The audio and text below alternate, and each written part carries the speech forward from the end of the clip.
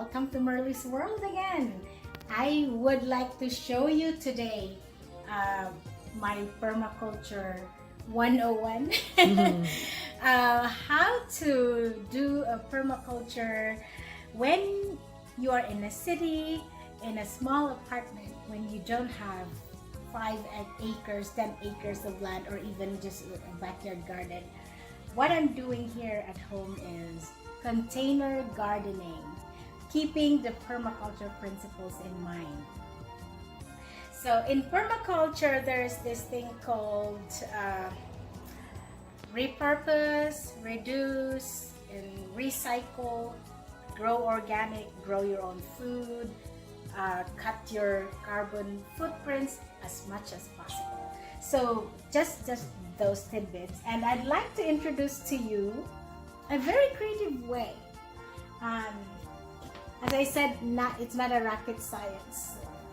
This is the bag of rice, the Japanese rice that we bought and from the grocery store. And so I repurposed the bag.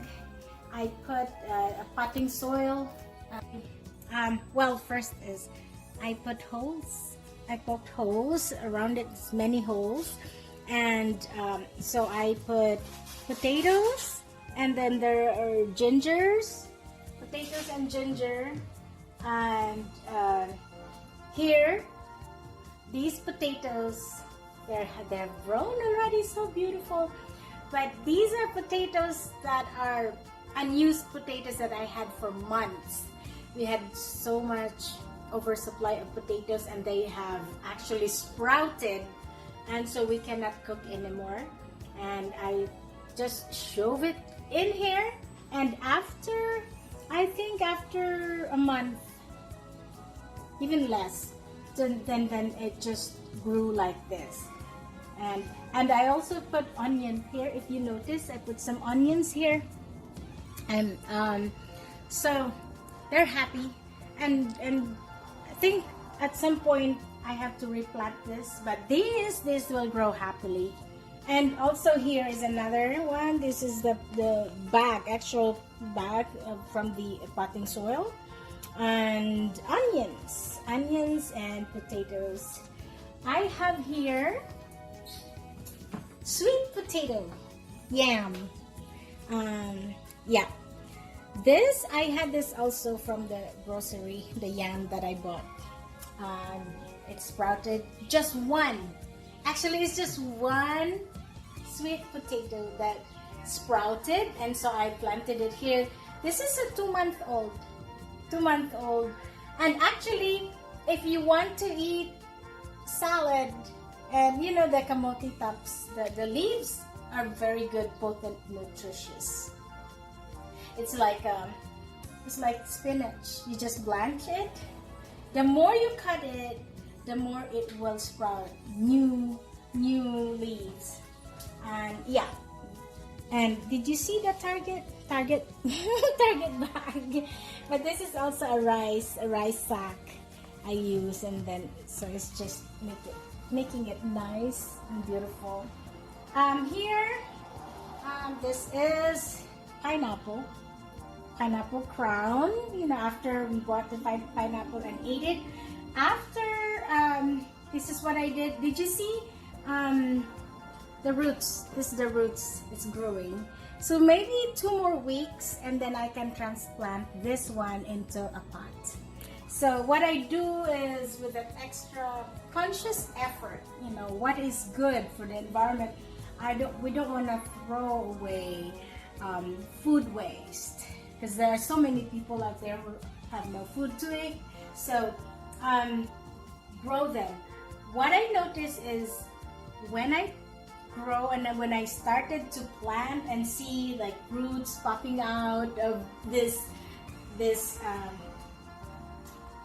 pineapple, I am so amazed, and I'm awestruck with the wonders of nature, how things grow. And then it made me think, you know, closer to how nature was originally designed, so that we can also um, grow together and rearrange our life, being sensitive to the needs of nature. So yeah, it's actually therapeutic. It is therapeutic. It's not just, I think people say that soil is a therapy, touching the feeling of touching the soil, the skin touch with the soil. It is, but for me, the therapeutic part is the relationship, thinking of the relationship, the purpose, and how the nature's, the plants and birds and the animals and the vegetables and flowers are wired to make us happy, and how I can adjust to that relationship to make a wholesome lifestyle. And so anyway, the main purpose of permaculture is that, you know, they have these three ethics. Did you guys hear the bird?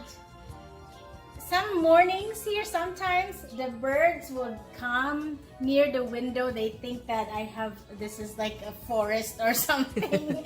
they think that they can find some worms or some food for them. But okay, back to permaculture.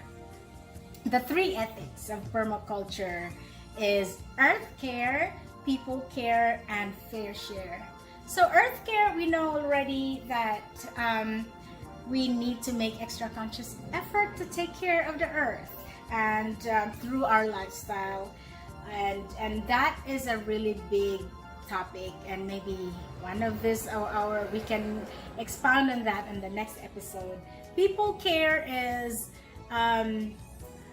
producing our food or doing whatever we do in our life with a conscious effort to be sensitive of your fellow human beings, that it doesn't harm them, whatever we do, it doesn't harm others, or you know, at doing things that make us happy at the expense of others' misery. So that's people care. And fair share, one thing I was fascinated with this principle of fair share is that when traditionally, like in agriculture, farming, I grew up as farmer, when we plant and then for the whole season we just, it's in our psyche, it's ingrained, implanted in our consciousness that when you plant, you expect to harvest 100% of that cropping, and because otherwise you lose the investment and all that.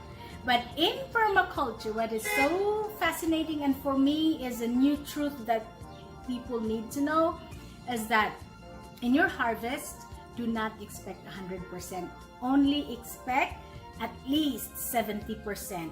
The 30% that you plant and you invest, it goes back to the beneficiary insects and animals. So you plant the same crops and all, but feed it. Leave that 30%. Don't be mad. Don't be disappointed when there's a 30% that you're not eaten by the plant or eaten by the animals and the insects, because they need to eat, because these animals and insects work so hard in order to produce your 100%. So you need, it's kind of like giving tithes to God with your income, but sharing it, fair share. It's just fair, but you know, this is, for me, it's fair. It's really a new truth. So we, in another episode, I think I'll share about how we can structure our farm when we plant, when all the birds and insects in this area, they eat that part, and then so that they don't eat all of your the rest of your farm. So yeah, that is what is wonderful with permaculture, and yeah, I look forward to sharing with you.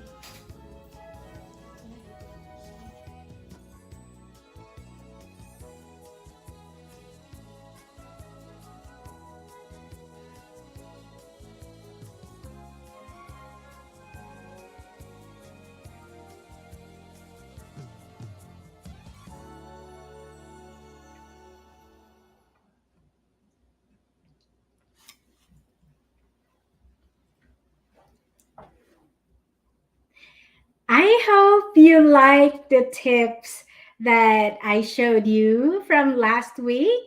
And I really enjoyed it. Everything about regenerative living, permaculture, going back to nature, being sensitive of the life, the living things around us, the purpose of their existence, and the way we are supposed to design our activities to be sensitive to those living things and the plants and the insects and the animals around us. It makes life a lot happier, actually. That's how I feel, at least. And I am so happy that I could share with you my journey to regenerative living. I'm still, I still have a very long way to go, but one step at a time. Okay. I want to thank everyone. Thank you all for joining me in my journey. Last Easter Sunday, 2 weeks ago, we had our first episode, and you guys, you inspired me with your support, your greetings, your generous comments. Thank you so much. I want to encourage you more, and hopefully this second episode, it we can have more learnings and more activities and more experiences together. I would like to answer questions. I get some questions from new friends. I have a, hold on a second. Planting ginger and potato all together. Let me look at that. Okay, from Jessica, Woodside, New York. She asked, can you plant all together ginger, potato, and onions in a pot? Well, I just did that. I did that.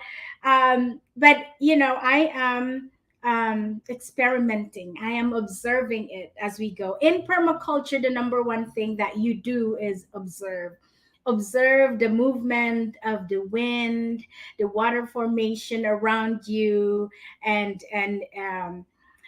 everything, all the elements you observe. So this planting the potato and ginger and onion together, that was my idea because I wanted to experiment of how the we plant and we put soil amendments, fertilizers, NPK. In the fertilizers, there's this in minerals, NPK, nitrogen, phosphorus, and potassium. So I was experimenting whether one of them can supplement each other, and I'm still studying it, but right now, as I look at my potted plants, potatoes are very happy.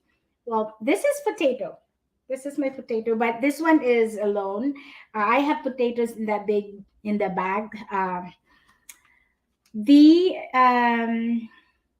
The ginger is doing well so far, and but the onion is a little bit overwhelmed. So I'm gonna observe it more. Okay, Jessica. So let's observe together. Let's watch it for a couple of weeks. Another question is, how often do you water the plants in tubers? From Nina, Upper East Side, Manhattan. How often? Um, as I said, observation. We tend to overwater our container plants because we feel like they need it, and sometimes like we're just anxious and conscious. But the number one killer of our house plants is the fact that we tend to overwater. What we do is observe. Again, when you feel that the soil around is really dry, then and also depending, you need to Google study the characters and personalities of your plant, whether they're water loving. You need to water them often, but if not, like the ficus and the bananas and potatoes, they just need to have like a moist soil around them. So yeah, observe. And I do mine about some every 3 days and some once a week. Okay. Another question is, does the container garden attract rats and cockroaches inside the house? If so, what should be done? From Melanie, from Metropolitan Avenue in Brooklyn. Melanie, um, the plants and insects, um, they coexist together because it's part of the ecosystem. When your plants are not attracting insects, that means that maybe your plants are not real plants. But it depends what kind of insects you invite to your house. Usually, we think of, what's the purpose of rats and mosquitoes? They're pests. Well, they are pests in our house because clearly they don't belong there, but they also have their own habitat. The reason why houses have pests, and because there's an imbalance, malfunction in the ecosystem, and so they're kind of mistakenly think that because of the conditions of the house, they can live there and there's something for them to survive there. So yeah, that's the indication that maybe our house needs some cleaning. But for these type of plants, I noticed that the insects that come to my potted plants are what do you call this, small fruit flies. And then I observed some ants, like the black ants. Not they're harmless ants.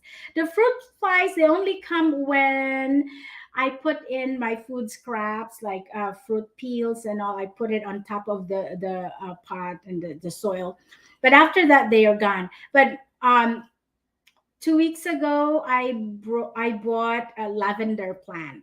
The scent of the lavender, I think it's insect repellent because they disappeared, and so I think, yeah, it's the lavender are known for being insect repellent. The scent of lavender, and also another one which I am about to get. Hopefully, I can get it. Is neem plant. So yeah, and the birds, they perch on my windows often. So yeah, those are welcome animals and birds. Okay, so yeah, I hope that you're satisfied with my answers. Now I would like to take you back again to our project in Bohol. But before that, I'd like to ask you these questions. So that's something that you can think of. This is in a matter of humankind's adaptability to the alarming rate of how our environment is degenerating, and how resilient we are, and what type of adaptive climate adaptation initiatives we are trying to do in our home, in our community. Because whether we like it or not, the erratic weather climate patterns are upon us. And so how would you, one question I would like to ask you is, when there is interruption, the movement of transportation, or some emergency happens and there's no light, power outage, and there's no transportation, can you survive in your daily pattern of work and movement and food consumption, can you survive within 2 weeks? Are you able to survive? And forecasting that it might happen. It could happen to you. It happened to us in Bohol before during the typhoon, and any calamities. What would you do? What would you do? Okay, so now let's go to Bohol, and let's watch our young people work with us, dream with us in building, rebuilding our beautiful environment.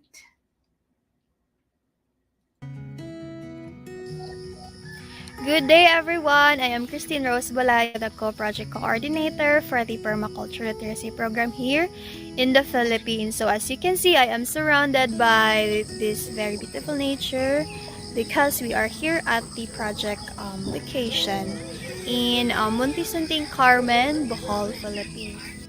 Issues that we are concerned about is the destructive farming practices here in the Philippines. So farmers became too reliant on synthetic chemical pesticide and inorganic fertilizers, which we know leads to planet damage. So also we noticed that young people do not show interest on backyard gardening and farming. So in consonance with the third goal of COP26 on adaptation, we envision Permaculture Literacy Program as an active climate adaptation initiative that aims for food security, health and well-being of the family, and the regenerative healing of planet through practice of permaculture, as well as to mobilize critical mass of young people and families to advocate for holistic well-being of people and ecosystem restoration, and to raise 40 peace-loving environmental stewards and permaculture teachers. So today, we are happy to show to you the results of the collective efforts of people who took part in this project.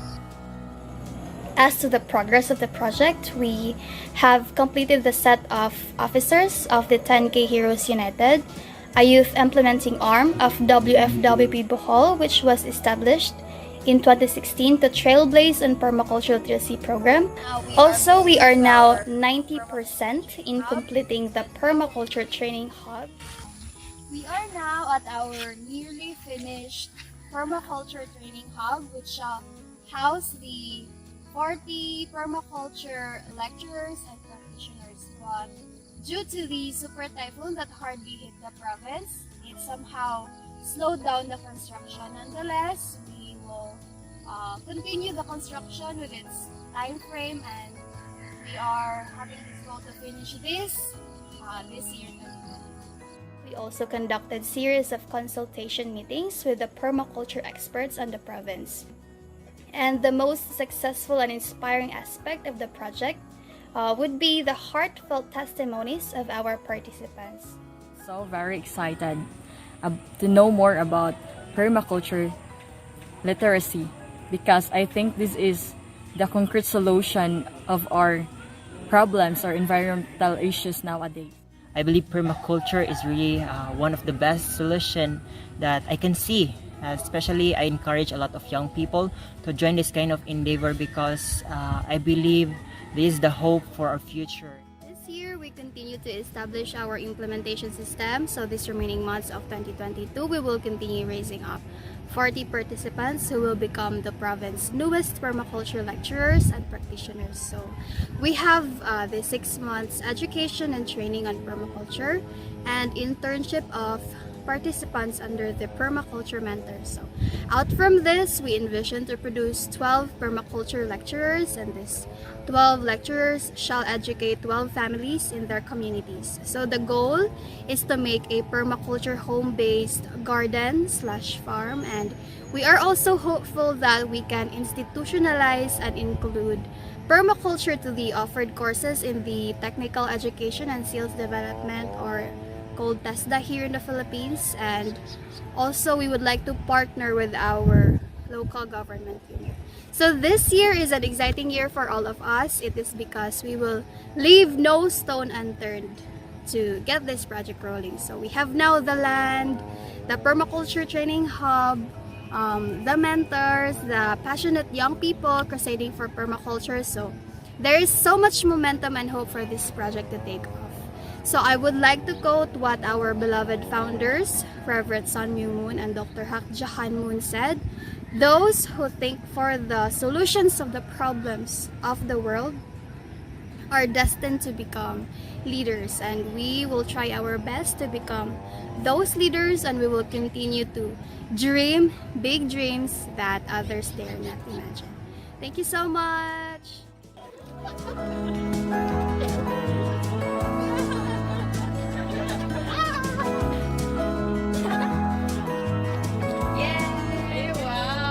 Thank you so much, Women's Federation for World Peace International UN Office and Mr. and Mrs. Takinaka.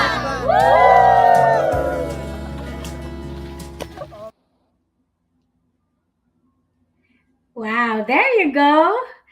Thank you so much, Christine. That is our 10,000 Heroes League, 10,000 Heroes United. I'm telling you, permaculture is contagious.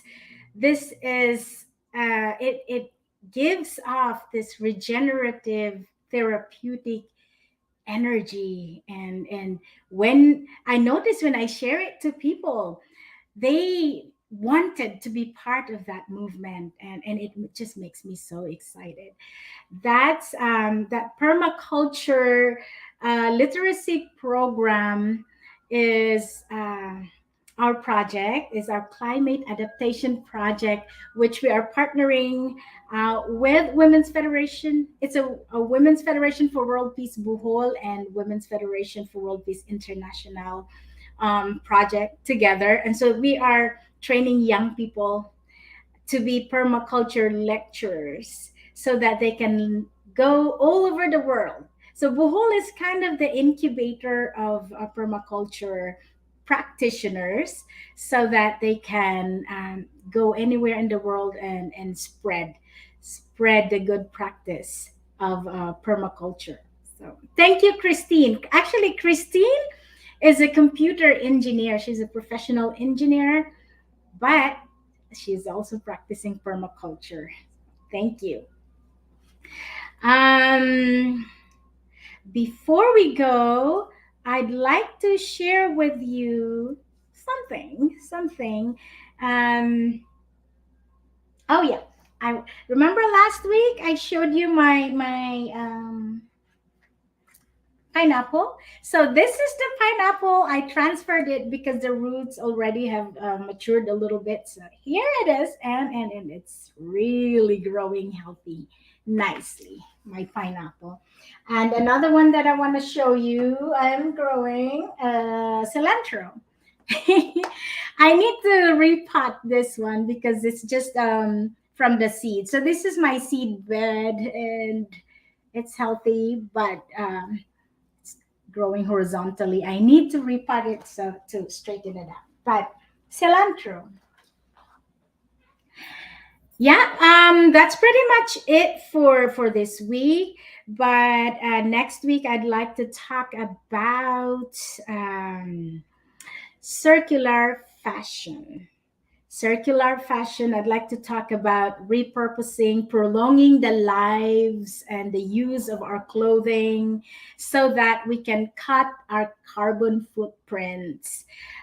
Do you know that to produce one piece of jeans, one pair of jeans, hundreds and thousands of gallons of water is needed for that, and that's unnecessary. But anyway, how tips on how we can contribute and work together to cut our carbon footprints. That's one of the aspect of permaculture, the goals of permaculture. Thank you, everyone. And I look forward to seeing you again, our next episode in 2 weeks, Saturday, 7 p.m. in 2 weeks. Thank you. Bye bye. This is Merly Barlaan.